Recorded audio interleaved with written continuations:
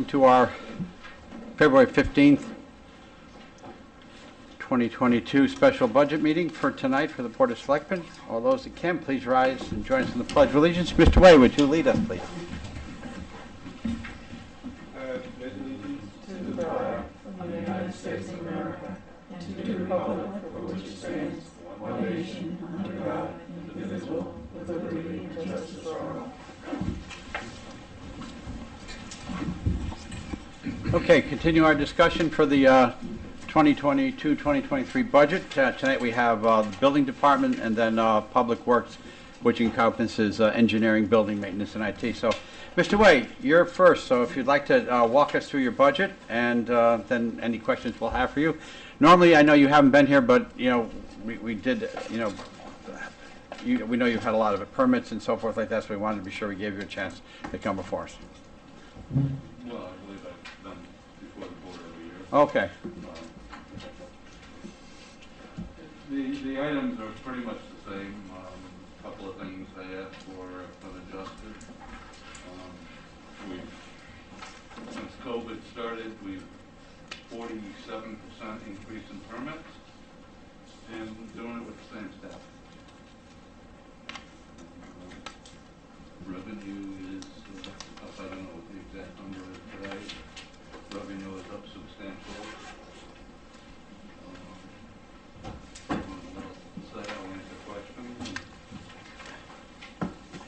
And as you can see here, a building inspector had requested a full-time in addition to the part-time, but what I did is we increased the part-time up to by about $30,000 and held off for right now on the full-time assistant because of other needs identified when we went through the process. So any questions for our building inspector?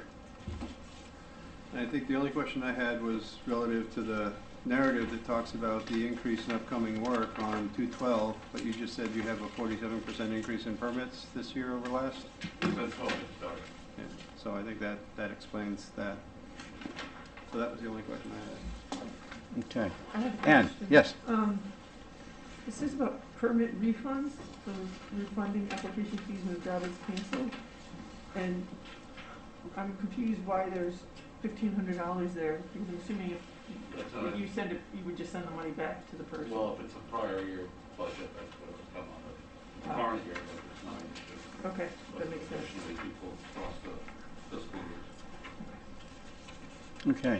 On 243, the training, the request was for 500. The request was for 500, and that was reduced. So, in order to maintain certification, 30 hours per year. Per inspector. Excuse me? That's per inspector. I see. Okay. And what about your part-time official would have to do the same? Yes, I have two part-times.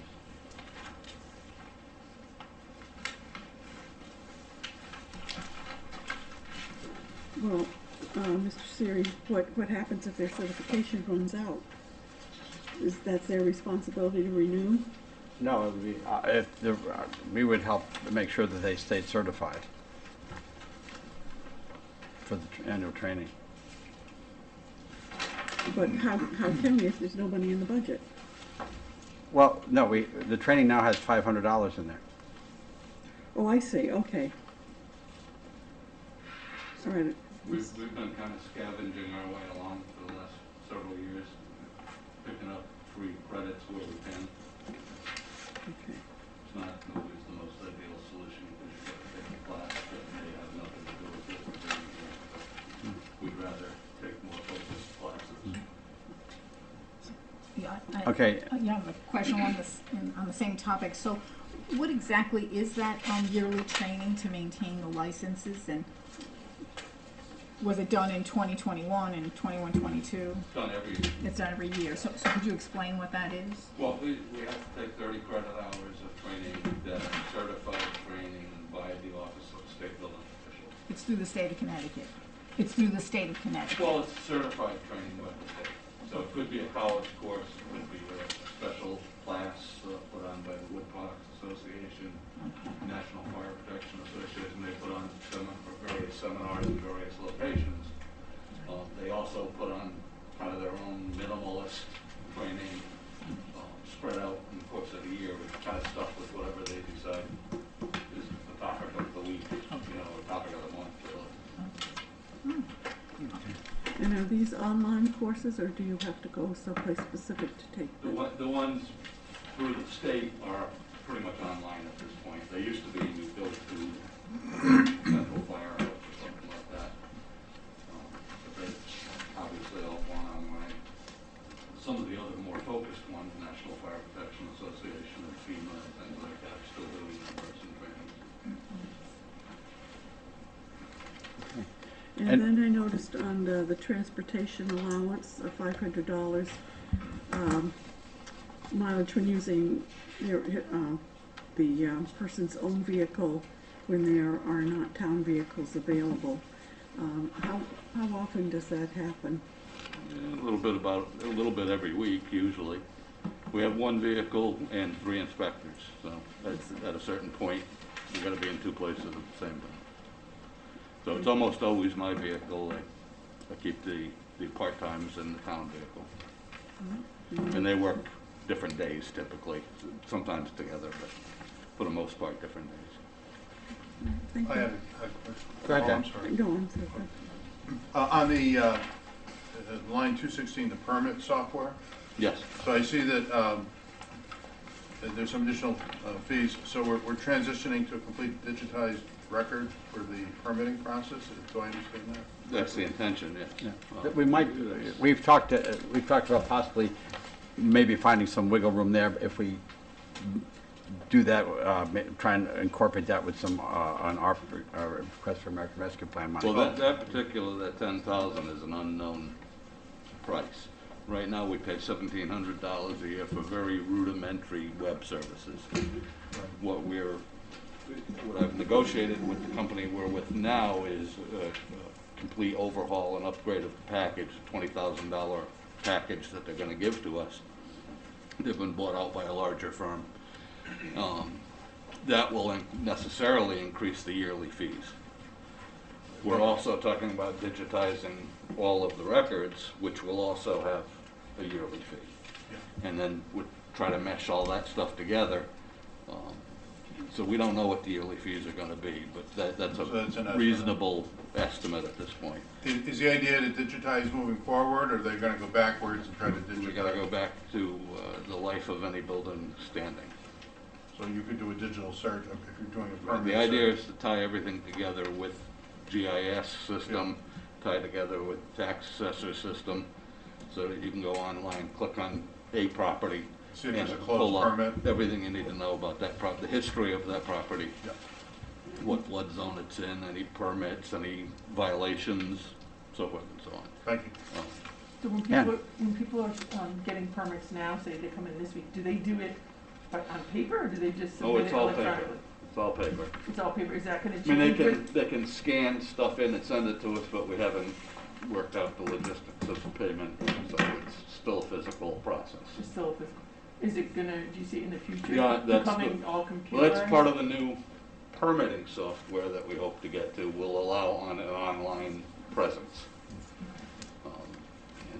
A lot of towns have gone to the online presence, obviously. That's part of what the American Recovery money will cover, is that hardening of that infrastructure.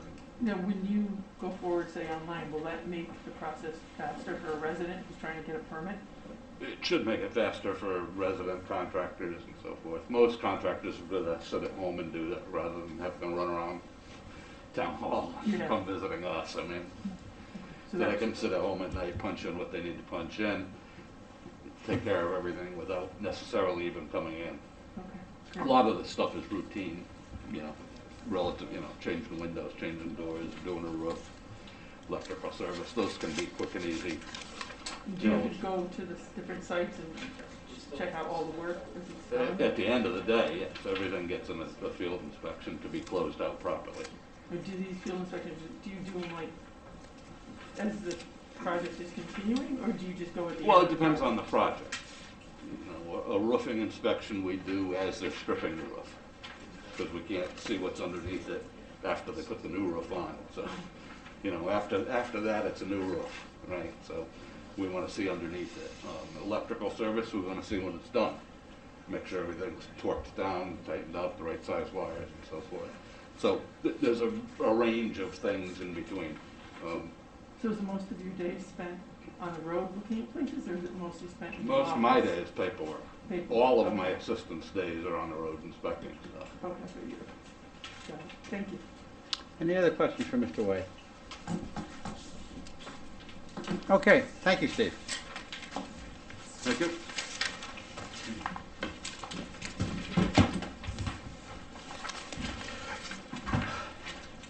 Okay, moving on, Public Works. Joe, it's your turn.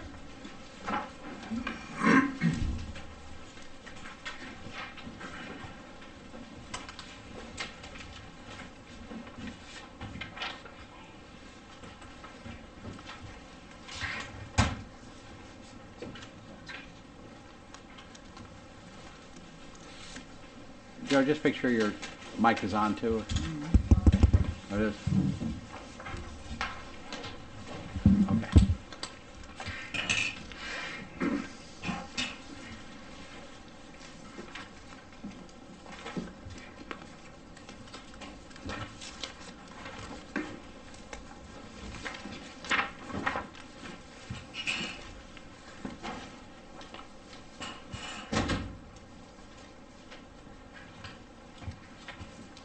All right, do you want me to get going? Sure. Okay, so, I think all of you've been, heard my budgets before, so I have more than one department here. I'm gonna be going over the 317 budget, which is Public Works, the 105 budget, the 113 Building Maintenance budget, and the 109. And I think everyone does recognize, but I just wanna make sure, I do have some people in the audience. I have Bill Shear, who's my deputy director. I have Justin Porter, who's our highway superintendent. I also have Alex Close, which I think he was at the Board of Selectmen meeting recently, just so,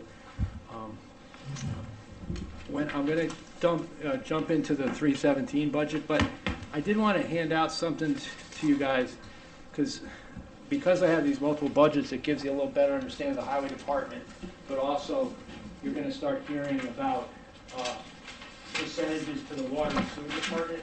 So it just gives you an org chart. It's already 3 whole bunch that you can drop into your thing, just to understand better what we're talking about for people, when we talk about the budgets and why 20% here and 30% there.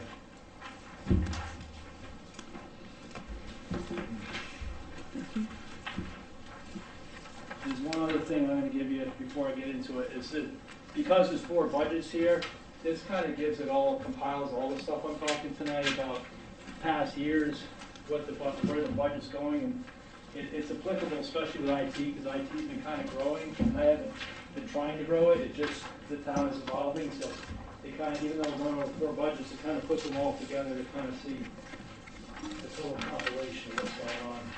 You have all these, I've seen.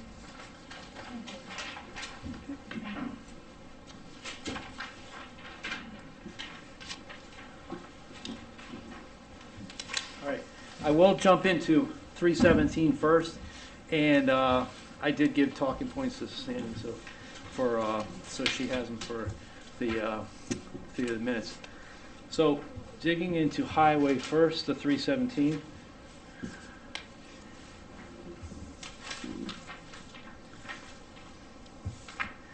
I'm really going to kind of highlight the biggest changes, obviously, because there's a lot of stuff here, so we don't have to go over every little thing. But just obviously, I love to say, and almost every year I come in front of these boards, the Board of Selectmen, Board of Finance, and that's why I showed the past years. We've been pretty flat, but there's a lot of stuff going on this year with material costs and everything like that. And I'd love to say that things are flatter, but I had to show you what's happening here because the numbers are higher, and it is what it is. But I want to explain why some of the things are happening. So jumping right in, the personnel services line, the 211, and I understand you guys have read all these things, that's why I'll touch on them, but I detailed them in all the descriptions. But this line in particular, and Justin Porter's here today, he was the general foreman of the highway department in the union. He got elevated to the highway superintendent. If you guys all remember, it was about 3 years ago, Chuck Holyfield was the longtime highway superintendent. He retired. I replaced that with a general foreman in the union, but it was best to have someone that oversees them that's not in the same union. So we got back to what the model we had about 3 years ago. So that position is actually, and it was never changed. It was always called in the last few years, Public Works Director, Public Works Deputy Director, which is Bill Shear, and Highway Superintendent, but we haven't had a highway superintendent until back this year. So it's flip-flopping where the line 211 has a lot more in it, but yet line 311, the regular payroll, drops significantly. So that's the reason. There's also another thing in here, and that's why I showed you guys the org chart, is that in this current fiscal year, 25% of my salary, the Public Works Director salary, goes to the utilities, and we have a number of almost, I think, 20 something people over there is to oversee that, and 40% of the Deputy Director's salary goes over into the water and sewer side as well. So that's why there's, and that's in the current year. This coming year, I dropped the town percentage from 75 to 70 because I've spent a lot of my time dealing with on the water and sewer side, and I also later on you'll see that I've also dropped or put a smaller portion of the town engineer's salary into utilities just because of the draw on all the technical expertise. So that covers the 211 and 311. 212.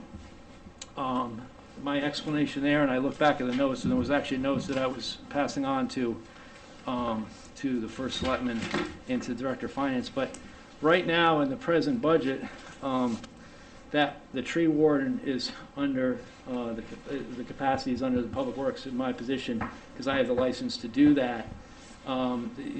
Every town in the state of Connecticut is required to have a tree warden. The tree warden has to be either a licensed arborist or have the tree warden's license, which I have. I've been doing this, and what I am proposing to the first selectman, and obviously this board would be the ones ultimately, is instead of it being a stipend, to just put it into the salary, and because it makes the most sense to have the public works director, who is the one in control of the tree maintenance, to be overseeing it. And just so you guys know, I wasn't certainly giving these out, but I have 5 pages of detailed copious notes of all the stuff to the tree warden. It's a lot to it to make sure that we protect the liability of the town. So I'm doing all the things that need to be done in it. I just think it makes more sense to wrap the tree warden thing right into the director's salary. There is a benefit to the town side, is that, as I said before, 30% of my salary goes to the water side. So 30% of, if they do this, 30% of that goes back. So it's actually cheaper for the town to do this, if you understand what I'm saying, because the 30% of the salary, if you keep the stipend here, 100% goes to town. If you don't, it's a portion of it goes over to water and sewer, just because I still have to do all those jobs. But that's, you can certainly ask questions. I'll keep going on. Line 15, excuse me, lines 315 and 317, storm overtime and uniform allowance. The reason why those went down, it didn't go down much, but when we did make the switch for storm overtime, when we made the switch from the general foreman to the highway superintendent, that's a salary position. So we didn't have to put as much overtime because the highway superintendent, well, the general foreman has to lead the whole highways plowing crew. So that was a lot of overtime, which is now kind of wrapped up into more of a salary. And then the uniform allowance, because that's not a union position, that's why that drops out by $250. Continuing on the lines, there's a little bit of an increase in the traffic signs, signals and street signs. It's kind of a common theme going through this, but the cost of materials and all the cost of our orders is going up. So we were putting a little extra money in there to make sure we keep up. Plus there's a lot of signs that have to be replaced. Signs have a kind of a shelf life, and they have the retro reflectivity that if you see them at night, and a lot of the signs in town are starting to need to be replaced, so we put some extra funding in that. I kept the tree maintenance budget at $50,000. I've been doing a lot of work with Eversource to take down as many trees on their coin, and that's really been helping the town. But there's a lot of dead trees in town, and especially if you go in the northern end of Grassy Hill, Whistletown, all those, I mean, any of those roads, but, so we should really keep that threshold up there to keep after this, because I think this has a lot to do with why we haven't had as many power outages in town, working with Eversource and taking down trees as we can, because East Lyme has been kind of spared, knock on wood, some of the last year or two because of keeping up with the tree work. Recycling miscellaneous disposal, the line 210, 220, 222. We increased that line to help up at the transfer station. We got rid of an old compactor to try to compact, to condense the loads so we can put more in a load as we drive it up, and we're trying to get pricing to get a new compaction system, so we're trying to put some extra money to cover the cost of that compaction so that we could get better value when we drive our loads up to whether Willimantic Waste or even to, well, mainly to Willimantic Waste, but if we had to go to Lisbon as well. Line 210, 223, groundwater monitoring. Every year that line's been anywhere from 15 to 16,000. That's for the monitoring, the requirements for stormwater monitoring of the landfill. The landfill was closed 30 years ago. Typically, the sampling of a landfill is 30 years in the state of Connecticut. We're actually at the 30 years. The problem is you don't just get a get out of jail free card at 30 years. The DEP has to let you out of the program. We had a hit about 22 years ago on something that is long since gone, but because of the significant, they call it whatever the significant result that they had in there, we have to do all this reporting to, and a company, the same company that's been doing our sampling for the last 30 years is the company that gave us a proposal of $9,200 to put together the reporting to try to get out of this program. So that's why that number is, it's like a one-time thing of trying to do this report to get us out of this program to hopefully drop this down to like, 2,000 or 0. But I just can't get out of this program without doing that, to do that documentation of the DEP. Line 295, SCARA tipping fee. I've been with the town 8 years. I'm now the vice president of SCARA. SCARA is a fantastic organization, a phenomenal value to the town. It's held its tip fee for the last 14 years, and it's starting to eke up. Because in the contract calls for the cost of the tip fee at the plant to go up by 3%. So if you did 3%, it'd be a lot more than $1. So I always been trying to fight to keep that tip fee down that they charge the member towns. But this is the first year we're starting to see it eke up, and it's a good message for the towns that the towns in southeastern Connecticut that we have a really good deal, but it's going to start coming up a little bit. So that's what I counted, and in the notes I document exactly how I calculated that number. It's the best guess of how much trash you're going to do. We do about 10,000 tons a year. Fleet maintenance is again under a lot of pressure. I just got word just the last few days as far as one of our garbage trucks needs a $20,000 repair. The cost of the repairs is just like ungodly right now as far as any parts you have to get. A lot of times you have to rush them back, pay for extra freight because just to get things in, or else, we have 5 garbage trucks. There was one on this year's fiscal budget that we ordered in July, and we have absolutely no idea when we're going to get it. So it's already 7 months, have no idea when we're going to get it. I did ask the ad hoc committee, which some of the members are here, for another garbage truck, because these things the older ones are costing us a fortune to keep on the road. And we were down a few weeks ago to 2 trucks. It's the biggest call we get. I'm sure like the PD gets their biggest call speeding. Ours is you missed our garbage. And, there's a lot more days where we're out till 4 in the afternoon, 4:30, because people forget it's not only we're picking it up, we have to then drive up to Lisbon, wait an hour, half hour, whatever, drive back, keep up with this thing. All the recycling, because the town was able to help us out and get a hook truck, we now keep the frontline recycling truck in town, go to the transfer station and dump it, so that we can keep that truck in town, because then the haul truck, which costs half as much as a garbage truck, then drives it up to Willimantic, which is a 2-hour run, depending on traffic and things. So this whole garbage thing is I realized more after COVID how much an essential function is to town. Life, liberty, and the pursuit of garbage. People want their garbage picked up, so we're trying to stay with it. I think we provide a great value to the town. There's 3 trucks on the road every day. When we ever double collection days, on all the holidays, because on the holidays, the day after, we have 5 trucks on the road, but lately we've been having 2 trucks on the road. So fleet maintenance is something that the garbage trucks are a big part of the costs going up. If you go, the other big item in operating expense supplies that's going up is stormwater materials. Unfortunately, I got kind of caught off guard this coming into this year because the salt companies don't bid it out till after this budget process. Like, they're not even telling me what the actual price is for next winter right now, but this winter the price of salt went up 19%, and I'm guessing it's going to go over another 10% next year. So that's why that number is going up. The storm material supplies. Another unfortunate news is fleet fuel. I like to be a glasses half full person, so I'd love to tell you how little we're paying right now for fuel. Is $1.64 for unleaded and $1.67 for gas, or for diesel, which was I've talked to people, is probably one of the best rates in the state. Like, people, when I put out to listservs of what people are paying next year, they can't believe what we're paying right now. However, the next year's, which is still not too bad, is locked in, but that's, as you can tell, doing the math, is 47% more the prices that we're going to be getting next year than this year. So that's why the fuel line was up significantly.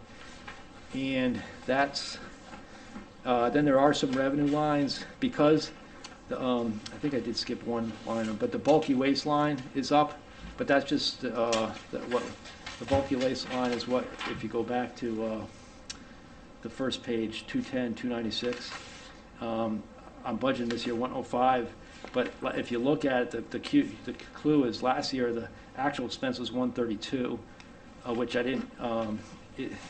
More people are bringing bulky waste to our transfer station, which is great for the residents. We charge a fee, so our revenue is up, but the revenues don't show up when it shows up in my expenditure.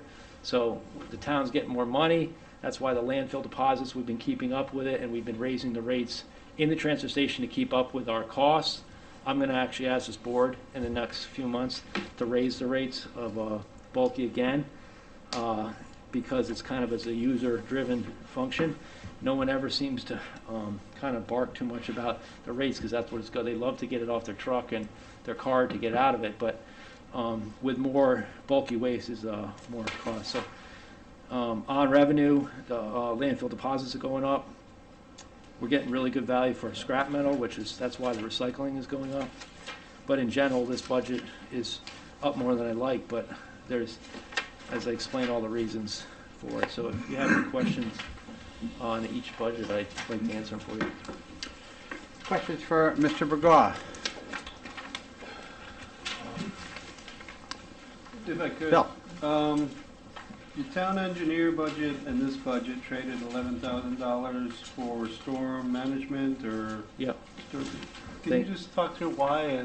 But it seems like your budget, maybe it's not as obvious because it's looped in a bigger budget. Yep.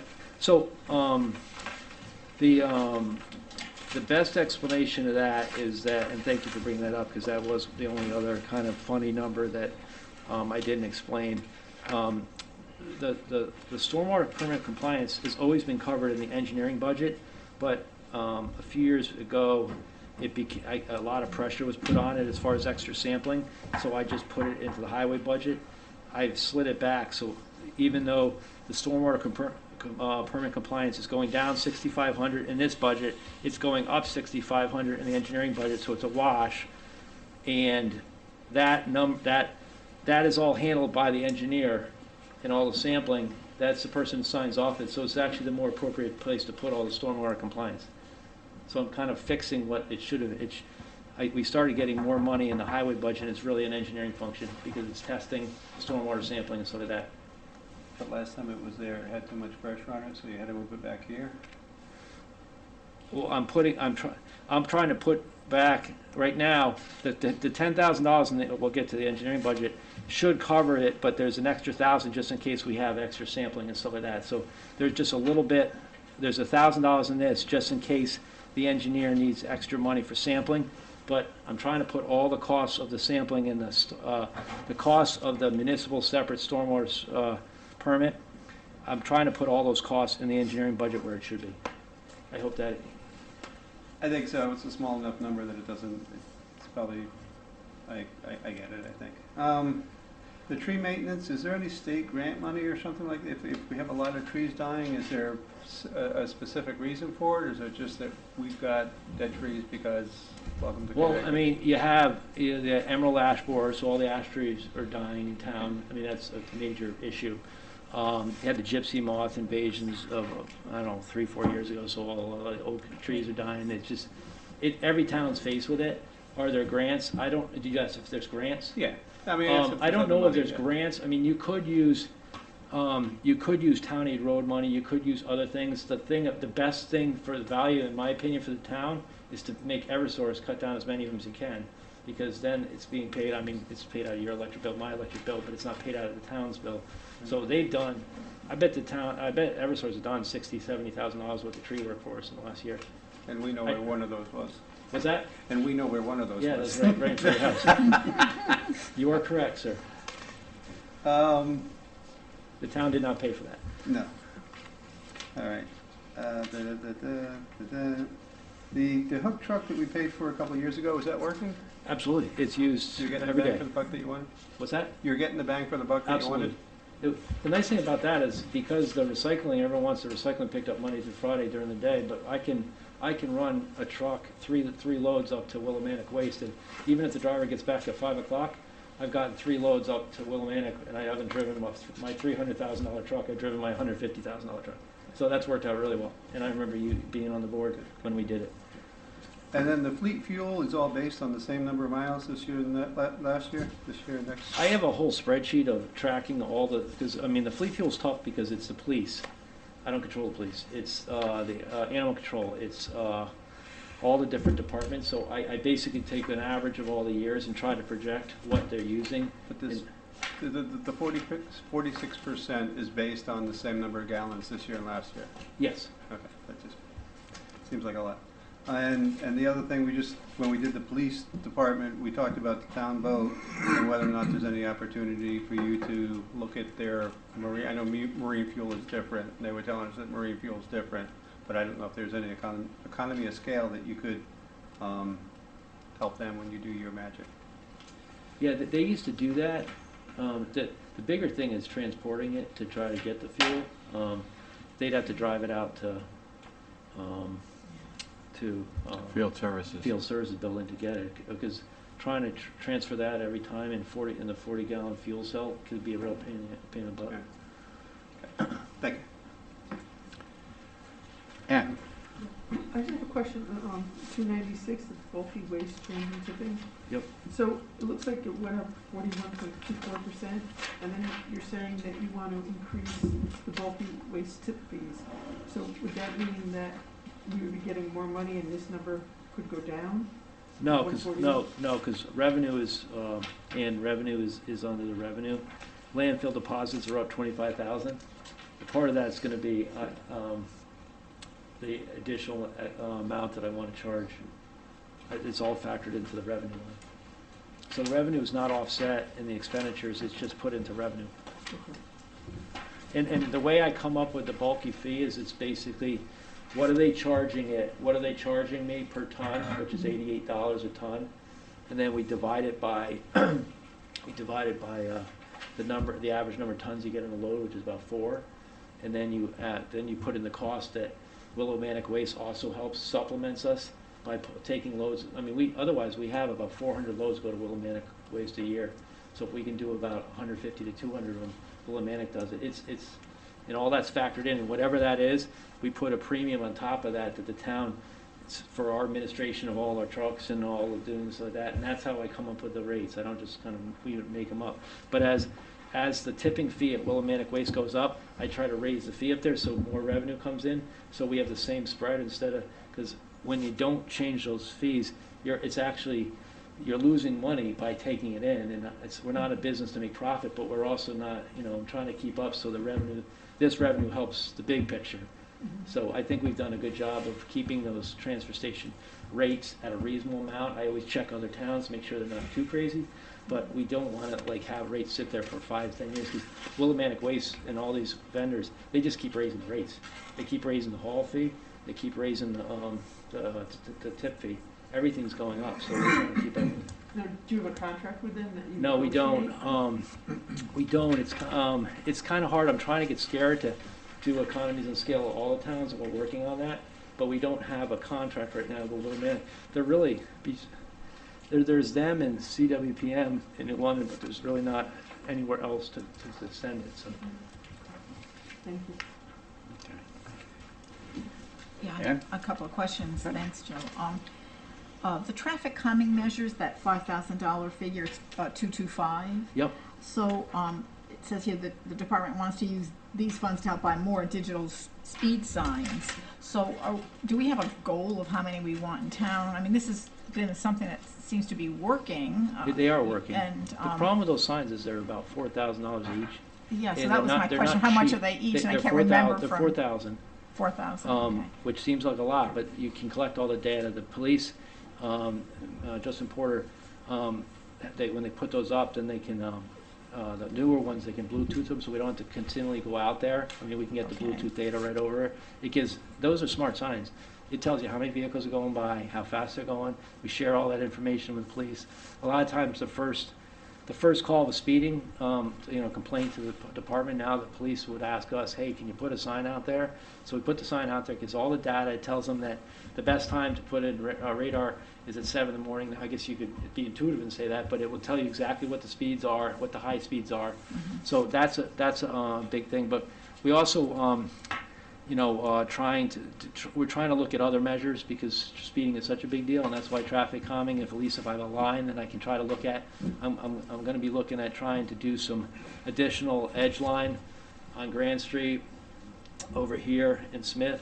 Just to, if you shrink the lanes, like you have these really big wide open pavements, you just feel like so comfortable, you can just drive as fast as you can. If you start trying to do things, being proactive and try to, if you do the edge lines, then people are a little more caught in an area, so they go slower. So they're definitely traffic. Sort of like the car we hear outside right Yeah, now? it's like Yeah, that. okay. Yeah. So we want to have money, $5,000, even though it's a lot of money, but it's not a ton of money, to try to come up with the strategies that the police are always being, Yeah, when I saw the $5,000 figure, I didn't think it was sufficient, to be honest with you, but Well, I think what we really need to, there's a lot of things going on with everyone, but I really would like to work with the Board of Police Commissioners of getting their input and working together to really the best bang for the buck for the town and trying to combat. And if there's any structural structural things that need to be done out there, line striping or whatever else, but the signs have been working.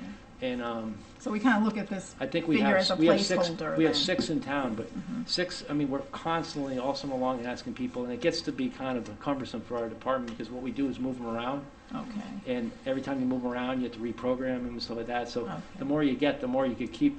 Like we do keep one up as much as we can on Society Road, right by the school, by the middle school, Okay. and people probably get used to it a little bit, but it does, it does. People always slow down. That would be the goal. Is some of these roads, Roxbury Road and Riverview, or some of these things, Society of the roads, to have them on there and stay, but we really can't, because we don't have enough of them, because it sounds like a lot, but six signs on 114 miles of road doesn't really go very far. Okay. So it sounds like this $5,000 is a kind of placeholder at It's a at this placeholder point. for where the town And wants to that- go with traffic calming. Okay, so we need to figure that out, but I think it's important, Yeah, it's thank you. clearly. Thanks. Tree maintenance, which is 239 again, just, do you sub out some of that tree work, or is it everything done in-house? We don't do any tree work. There's a Okay. huge liability to have. Well, first you need a bucket truck. We don't have a bucket truck. Okay. But there's plus, from an insurance standpoint, when those guys are up in buckets, so we do not do that. That work is all contracted work out. So that $50,000 figure that I see in there is Contracted It's out. contracted It's all out. contracted. That's all tree work. Okay. And then 223, the water monitoring at the landfill. So for me, that consultant's proposal seems steep in price. So Can you? It's Fuss and O'Neill. It's, They're the okay. same outfit that's been doing our sampling for the last 30 years. Okay. So they're the ones that actually have all the information on it. It would be kind of challenging to have it out to another vendor that Mhm. hasn't been familiar. I That mean, it's makes the same sense. ones that have been working on it. Yeah. I think they did the closure 30 years ago. But your feeling is that this, that if we got this, this analysis, that you're thinking that the end result of that analysis would be either a reduction in the amount of time, a number of times you'd have to actually test, or maybe the testing comes to a close. Correct. So you're hoping that this will pay for I'm itself? hoping and I'm thinking there's a good chance. You never can know exactly where the DEP is going to be with it, but Mhm. there's a strong, we wouldn't be spending this unless there was a very strong chance that this number would shrink significantly the following fiscal year. Are there any other concerns about that, the water at the landfill and where that's going and needing No, to? I mean, for the test. last 20-something years, the sampling, something hit way back when that wasn't so, I mean, we did all the proper procedures. It just, they took a sample, and so that because of that reasoning, it's not like something you just can get out of the program. And it was interesting because when the auditors came in, the auditors brought it to Anna's attention and brought it to my attention that were telling us we don't need to sample anymore because it's 30 years. And I'm like, it's nice that the auditors say that, but that's Okay. not their choice. It's the DEP that says that. So Right. that's why I'm trying to get this, because the Gotcha. auditors also said you shouldn't be Okay. doing the sampling anymore. But I have to get the get out of jail card from the DEP, and Okay. this will go a long way to doing that. Okay. All right, that's it for me. Thanks. I had some questions about the tipping fees. Sure. I'm just trying to understand it. So, what goes in the brown colored barrels, Correct. does that go to Lisbon, or does that go to, where does that go? The brown can's the garbage can. The garbage goes to the incinerator. The incinerator is now in Lisbon. And I say is now in Lisbon. For all these years, we've always been going to Preston, and that's the smokestack you see when you cross the Mohegan Bridge by Yeah. Mohegan Sun. We don't go anymore. The SCARA just signed a new contract with Lisbon for the next 10 years, so we're bringing our trash to Lisbon until 2032 at a 20% discount from before. So that, your garbage that you put in the brown can goes to Lisbon, the one that you see on 395. And that's what you pay tipping fees for, is that right? The member towns pay a tipping fee. To Scarrow. And then what goes to Willimantic Waste. Willimantic? The recycling and the bulky waste. So the Okay. curbside's recycling, Yeah, residents can go to the transfer station, bring in recycling for free as well. That all gets mixed together, and the haul truck brings all the recycling up to Willimantic. and we have to pay for that. SCARA pays for the tip fee, 100% for the recycling. That's a $200,000 subsidy that they're paying for. So it's really to our advantage in town if people would recycle more. Correct. We would save money on the tipping fees. Correct. I want to start doing videos that I'm going to put out. I've been working with Mike Mines and stuff like that of giving a lot of good good information on our trash. Sounds bad, garbage information. And one of the things is to where I'd like to kind of tell the people where the stuff, just like you're saying, the stuff in the brown can goes to the incinerator, the stuff that goes in the gray can goes to recycling, and that's a much better in general for the world, but also for the town. In some places in Florida, they pick up the recycling every week. And what would be our brown can is the one that gets done every other week. Yeah, I wouldn't want to be living next to the house. No, I was that gonna has say, that I'm thinking of every 2 weeks. Not when in it's- August or when it's- something when it's like shrimp day. that. So the people, a lot of times when they bring that and I tell them how bad it would smell, then they kind of revisit that. Yeah, But it is we our think about goal, that. and if we can get, I can't promise it, but if we can get the 2 garbage trucks, then we'll have 5 reliable trucks in our possession. Right now, we have 2.5 to 3. And if we have more reliable trucks, we can I can't commit to putting, but it is our goal in our department to try to work towards recycling every week. That's what we're trying to get to. Thank you. Well, I really congratulate the department because I think that we're ahead of the game. I have home health aides come in to assist me with my husband, and I've had to label my cans. They cannot get straight what's recyclable and what isn't. I said, well, don't you do this in your town? No. Yeah. And so I think I commend the efforts of the department, and I think particularly the idea of going ahead. But these are big cities. These people are coming from Norwich. They don't do any of this. It's minimal.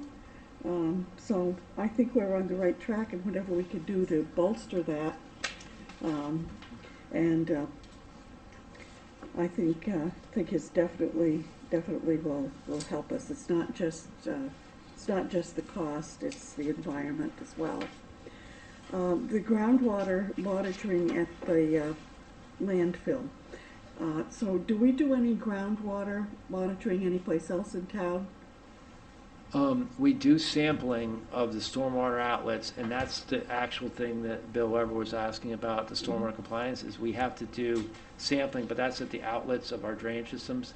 This is just groundwater. There's groundwater monitoring wells. There's like 5 or 6 of them at the transfer station. And it's a very specific, it's a much more criteria that they're sampling for. That's why the cost of the sampling at the landfill is a much higher level that DEP requires, and that's why it's much more costly than, and we do all the sampling of the outlets but with our own staff. Mm-hmm. We can't do all the sampling of the landfill. It's very specific at the protocols. And how often are the town sites done? As far as the outfalls, Mm-hmm. is it twice a year? So, for the record, Alex Close. Thank you, Alex. Yep. Is this mic on? Yes, it is. So for the record, Alex Close, town engineer. So we have 2 industrial permits for our stormwater, one at the 12 Roxbury Operation and Maintenance Facility and one at the transfer station. Those are done twice a year each for our general industrial discharge permit. We also have over 100 outfalls as part of our MS4 network that discharge to impaired waters.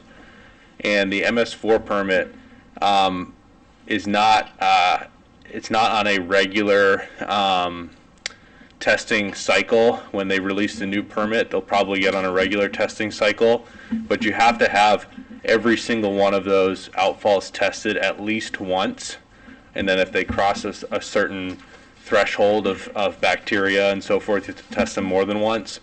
And we are not yet we have not tested every single one of our outfalls, and the limiting factor has actually been the rain and the staff. So it's you have to go and test within a certain window. We have a certain window within our working hours. We can't go test in the middle of the night. It wouldn't be safe. We have a window because of the times the lab closes, and we have a window because there cannot be too much or too little rain in order to conduct this testing.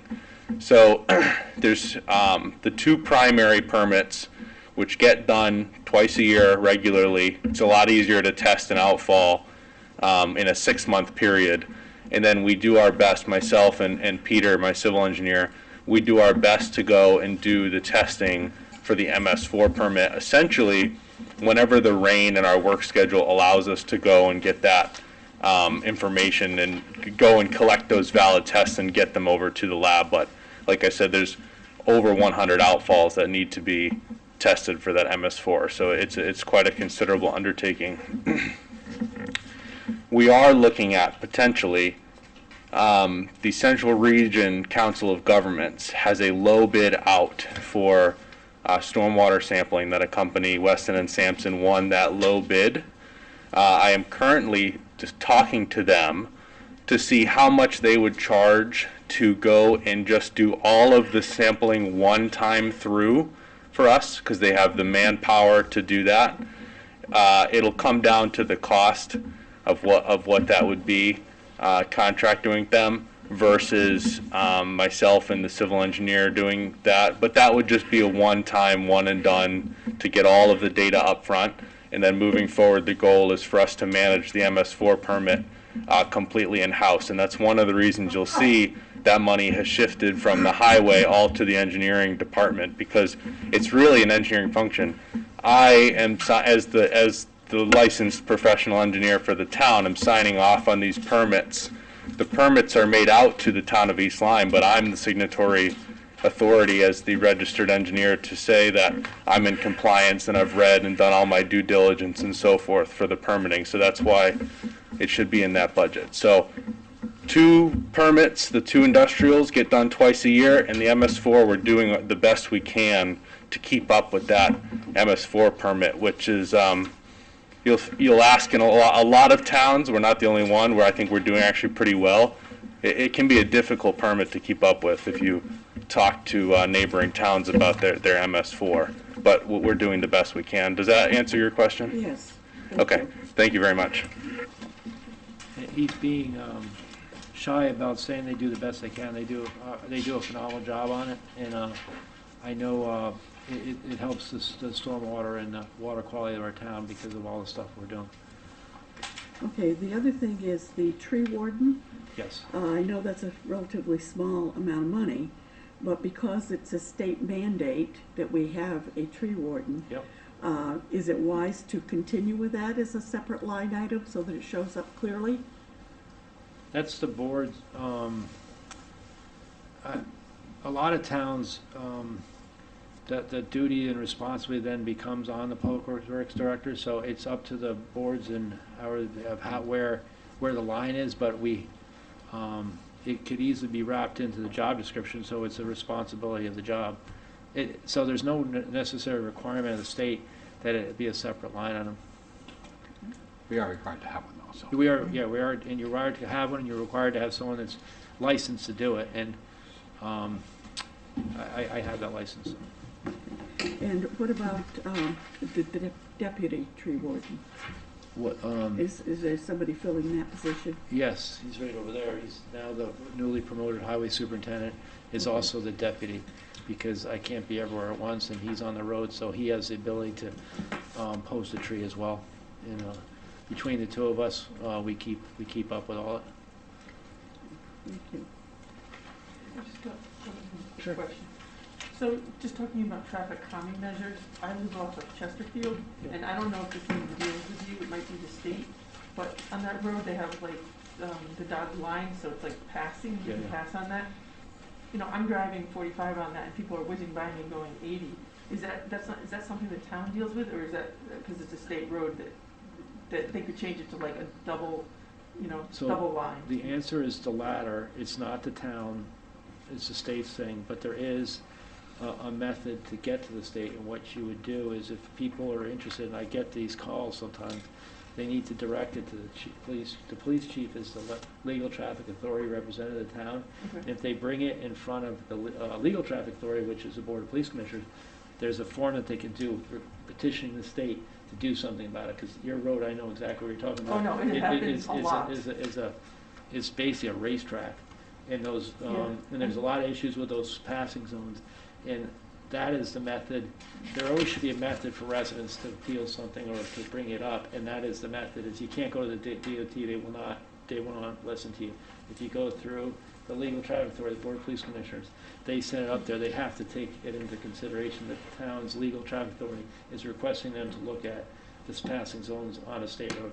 And a lot of times they will evaluate it, they'll send engineers out, and then they'll make a recommendation based on what should happen. Because there is, when we changed, if you go farther up 161 where they popped out Darrows, Yep. Yeah. we moved the opening, so it was, Yeah. the opening was in a passing zone. You can't have a passing zone in an intersection. That was a perfect example of us then petitioning the DOT and saying, you have to change your lines because we changed our road. Okay. And so they will change it, but you can't just change it because someone wants to. It has to be based on engineering. I mean, the DOT is very particular about it. It has to be based on engineering studies, so that's just. Yeah, it's just so that's- dangerous there. Oh, mean, it's- I get complaints a lot. I know exactly what you're talking about. I grew up that way too. Okay, thank you. I do have one other thing. On the garbage truck, Yep. that would deal with, obviously, sanitation. Mr. Seer, do you think any of the rescue funds would be able to be applied towards the purchase of that? That is something that we're trying to We've talked to town council on that, and there's a little concern in that area, so we're trying to work through that right now. Okay, thank you.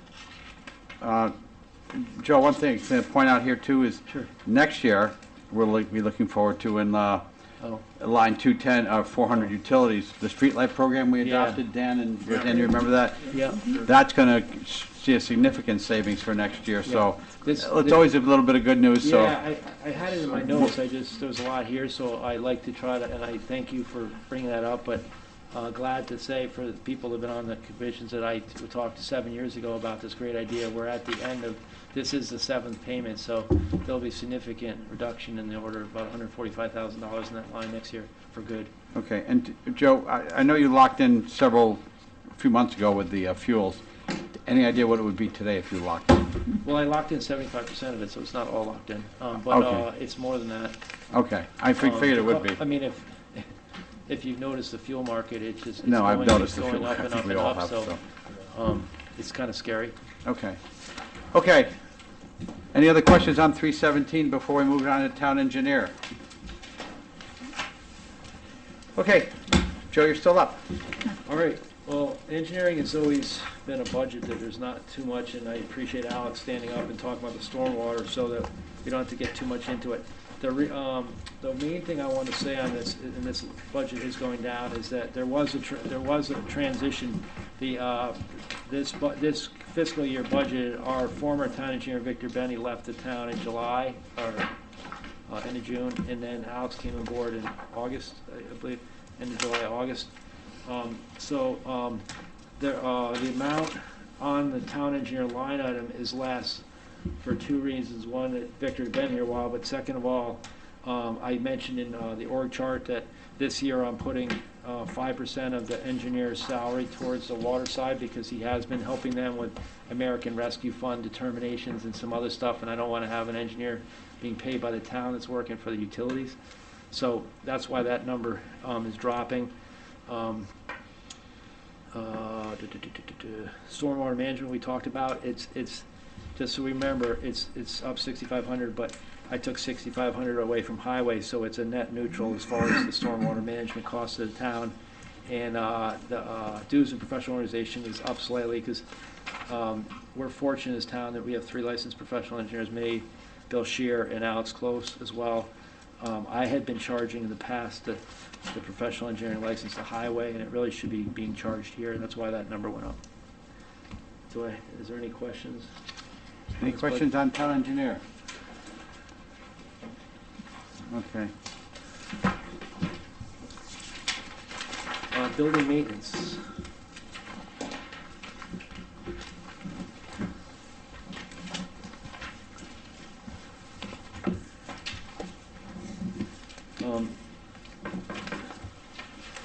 The first item in building maintenance, yeah, you don't have to give this to Andy too.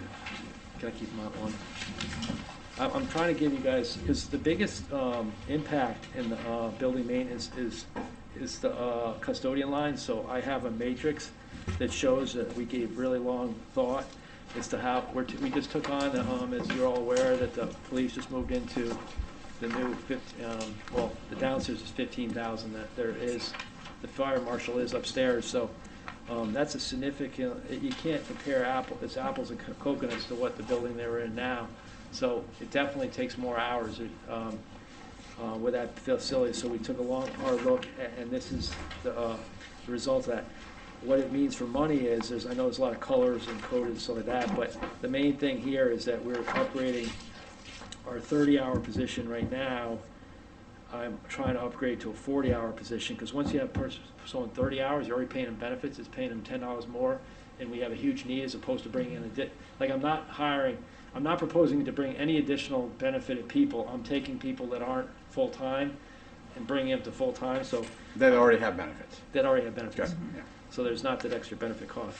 So I'm proposing that Devin Garmon, who's the one that works here, to bump from 30 to 40 hours, and the custodian that works at the day shift at the community center to go from 30 to 35, because right now you have the new public safety building, as big as it is, it's not just, you can't just say 15,000 square foot. You have 24/7, you have locker rooms, you have bathrooms everywhere in that place. It's like a maze to get around. It's great, there's a lot of space, but there's one person who's doing, so I'm trying to slide custodial support, because it's not just custodian stuff. When things break, a shelf needs to be put up, there's still building maintenance functions. So I think this plan is something like, say if the toilet overflows during the day, well, the custodian works 2 to 10:30. I can't just tell the chief, oh, wait, we don't have anyone on staff. So I'm trying to slide the day shift person over there to help.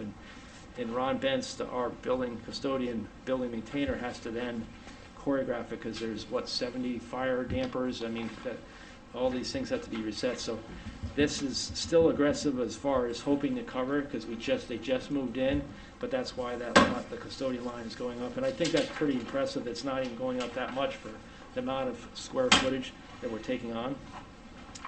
If you go down to line 216, service contracts, I mean, I don't just put it up by $5,000. I have it broken down to every single building of all the different, HVAC, fire alarm tests, the security alarms, pest control, and all that stuff. So it just happens to be, because these new buildings coming on, that's what the 57,000 comes up to.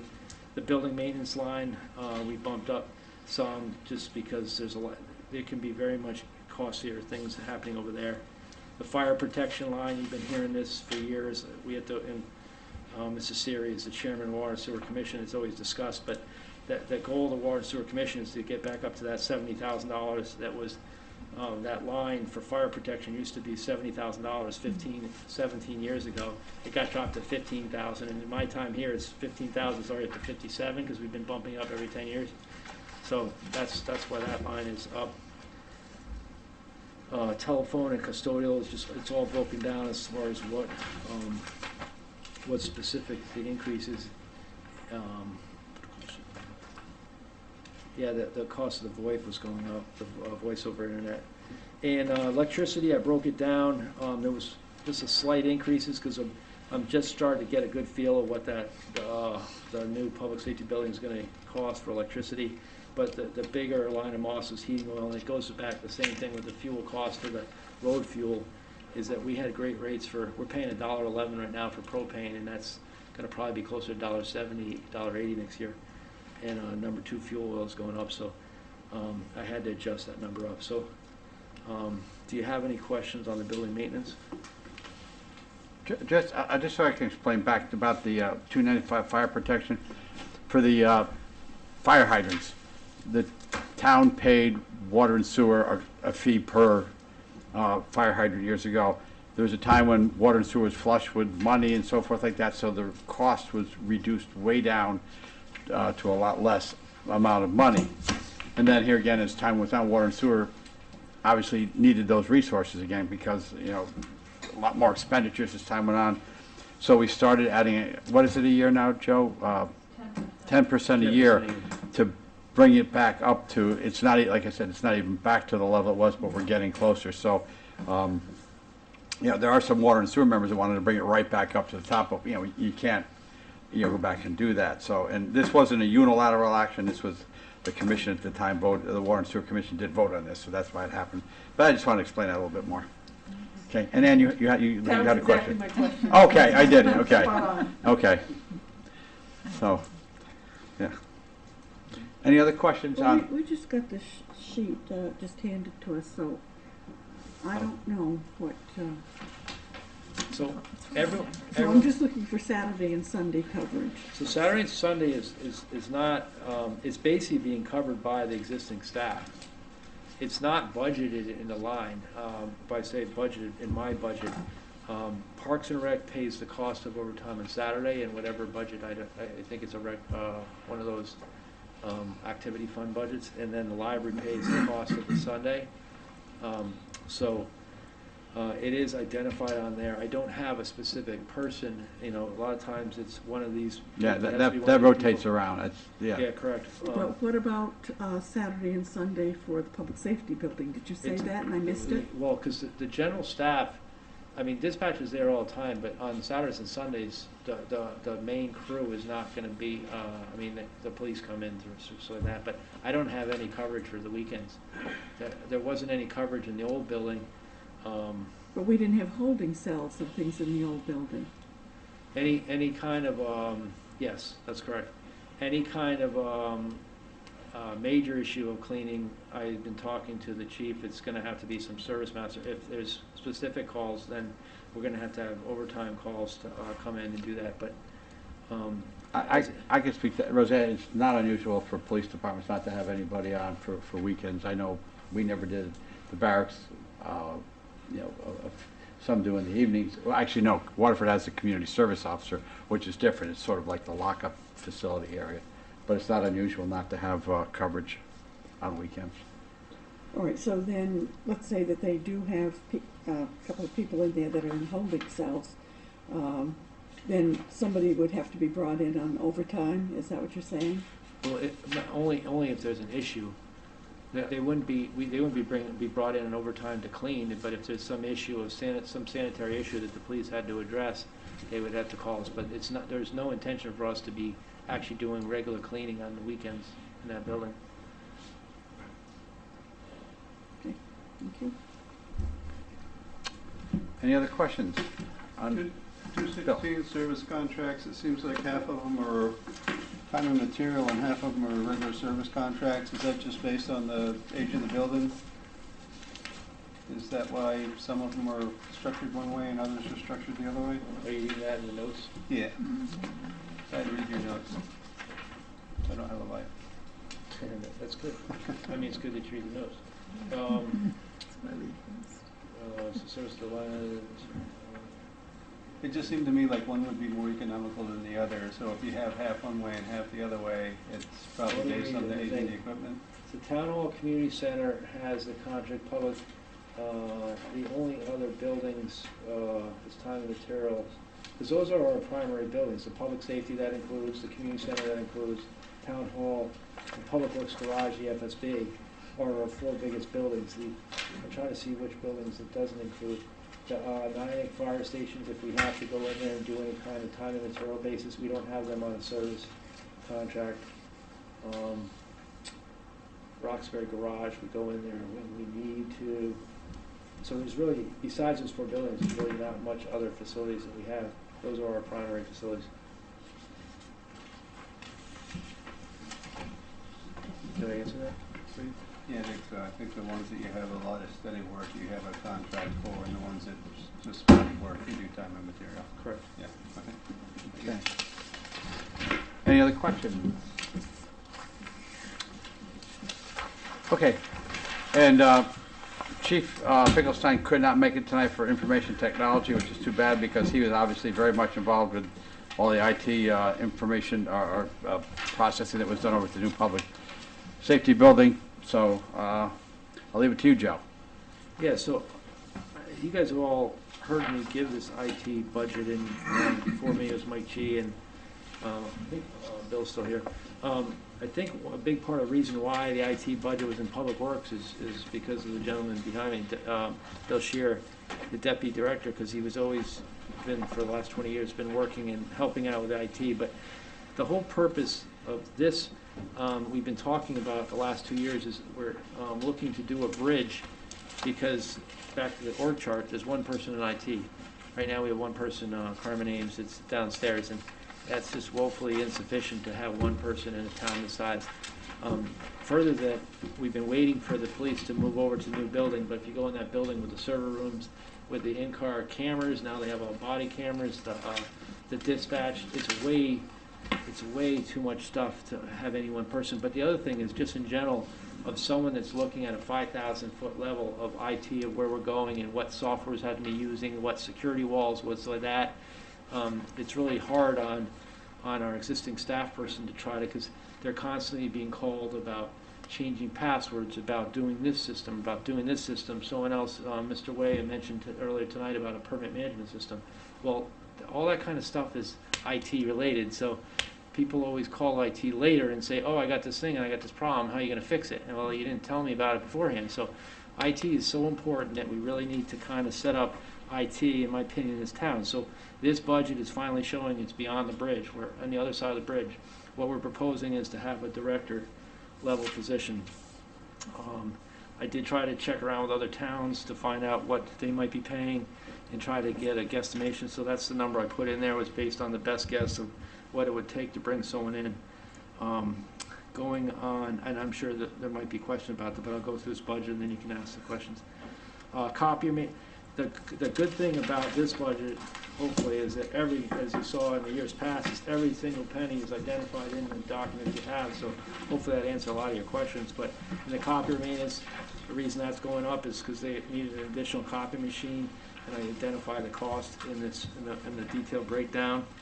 The licensing and hosting, there was some increases in the cost of the sonic walls and the spam filters, and also additional, I mean, a lot of times we get now people, before, people just had emails, but now to keep everything updated with the emails and also the office, the MS Office, we have licenses for everything. And so a lot of times we'll say, well, can I have 3 licenses, or can you give me this person? Like, people keep asking for extra emails and for MS Office, so we have, that's all covered in this line right here. Other IT services, 2 things. We tried to bump up a little bit with everything going on in IT. We tried to bump up the workforce training line by $1,000, and also Carmen Ames instituted a backup internet system for connection to Town Hall, because we're on the voice over IP here, and as soon as the internet goes down, all the phones go down. So we instituted a backup system so that wouldn't happen. The GIS number is showing higher. Mr. Geishel, who, whether he talked to you guys yet or will be talking to the planning director, also gets involved in the GIS, but with the advent of putting everything into one bucket, the GIS is here. He's the one that did the research of what the licensing they needed from Esri, which is a GIS vendor, and the better deal for the town was to do one-time perpetual license of $6,300, and then in future years it'll be $1,500 as opposed to $3,800 every year. So it's more this year, but going forward it's going to be significantly cheaper. So that was the recommendation Mr. Geishel gave on the GIS licensing. And then the big line is the police line. And that's where Mr. Siri talked about the chief not being here, but he's the one that provided all these costs as far as what Axions for the support on the in-car and the body camera support went from 32 to 36. I wish I knew the IDEMA was a system that the chief says they need, the net motion. Everbridge is the reverse 911. These are all things that the chief had given me that they needed from their IT. The annual hosting, even though we've solved all the licensing of the MS offices and the MX Exchange servers in Town Hall and the Community Center, we had it in the PD, so this is to cover the cost of getting them all licensed Microsoft products. And the last line item is the $48,867. So in this current fiscal year, we budgeted 82, so it sounds higher, but we did receive money from the East Lyme Ambulance Association. There's a whole calculation of what they contribute. But in this current year, we didn't take it as a revenue, we took it as a deduction from the expenses. But that's not the way it really should be. So next year, it's showing up as a revenue and an expense, so that's why you see in the line item, you see this year, you see an actual revenue line, which you've never seen before. They've been paying it to us, but it just gets deducted from that line. So, did I explain that? Yeah. All right. So, what we're proposing, and I talked to the chief, and I wish if he didn't tell you guys, but the Star Computers was the one that was extremely vital in moving them into the police station, and they know the dispatch like the back of their hands and everything in that room. And what's a little concerning is, there might be talk of, well, can we use the Board of Ed's vendor, or can we do someone else, or can we put this out to bid? In my opinion, and that's why we want an IT professional. I'm not an IT professional, but there really should be one cook in the kitchen knowing what's everything dispatch, and they've been doing it for all these years, and they know it. They know the stuff inside and out. They know all the systems. They've been pretty reasonable to town. It's a business. It's right on Black Point Road. Dave Lewis, who's the owner, went to East Lyme High. Very sharp. He has top-notch people. So it is our recommendation to still keep them as part of this plan. IT director, IT staff person, smaller amount. In this year we have 117,000 for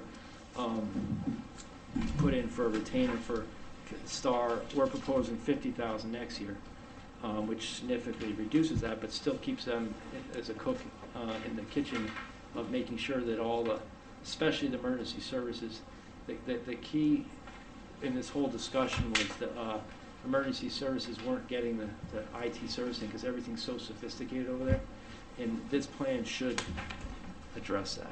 So I would agree with him. Right now, I think Star is been there from the onset for what is going on IT-wise at the public safety building. And if there was going to be a consideration, do we look elsewhere? And that would have to come, I think, a little bit later, because right now I wouldn't want to see it for a whole lot for operational and every safety and whatnot, see a change coming up in July or something like that for that. And you know, they have been so responsive. And one of the things too is, you know, speaking of which, I think, aren't we supposed to roll out emails on the Thursday, right? yes. So we're a couple days away from emails But we're talking for us. about, we just want to do the final thing of getting this, but Yeah. but just like anything else in IT, giving emails to the boards, the Board of Selectmen, Board of Finance, is not without a little glitches of exactly what is going to be ramifications of you guys resetting your passwords and all the FOI stuff, and just so everyone is completely familiar. Now that you have an email, this is what has to happen.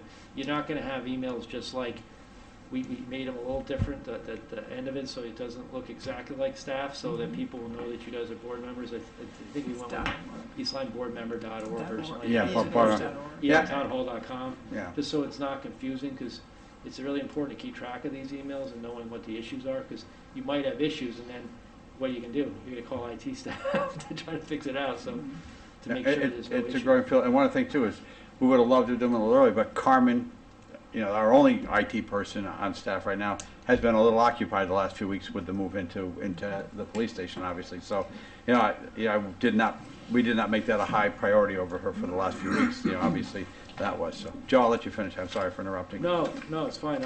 And this budget does include still the on-call thing. So one of the huge things that the chief wanted is 2 o'clock on Saturday. And even if you have an IT director, you have another staff, who are you going to call? And that doesn't mean you can't call a staff person, but this still has a provision that someone's going to pick up from Star, and then they have to come in. They have the ability to remote in. There's one charge to remote in. There's one other charge to come in. So if it's an easier thing that they can just log on, it's based on the hour. If they come in, it's based on 3 hours. So, but it was pretty important. And this contract also covers the ambulances. It covers the fire departments, and but they contribute. And I keep track of all the hours, and it's basically, just so everyone knows, it's been fair. The contributions of the East Lyme ambulance is actually lining up almost exactly with it, just by coincidence, but by the exact percentages that they're paying. So everyone's paying their fair share. We've had a long history with Star Computers when they were a startup, small company. Yep. And I think that they've done very well by us. And I think that the needs, IT needs for the Board of Education are quite different from the town-wide needs. So if there's any talk of merging, I would not be willing to give up Star, Well, thank you for especially the advantage of having a local company. Yeah. Any questions on the overall budget for Mr. Burgott? I think you did a really good job of explaining that too. So very much so, because it's been tough, and you know, between the Bill Scher, the chief of police, and Joe Burgott, I mean, the last couple of years they've really had to, you know, do a lot more beyond what their normal scopes are in the IT department. So and with Star and so forth. So okay, any other comments? Okay, that was going to be the surprise for since we're talking IT about by the end of the week we'll have our email addresses, but we've spoiled that surprise.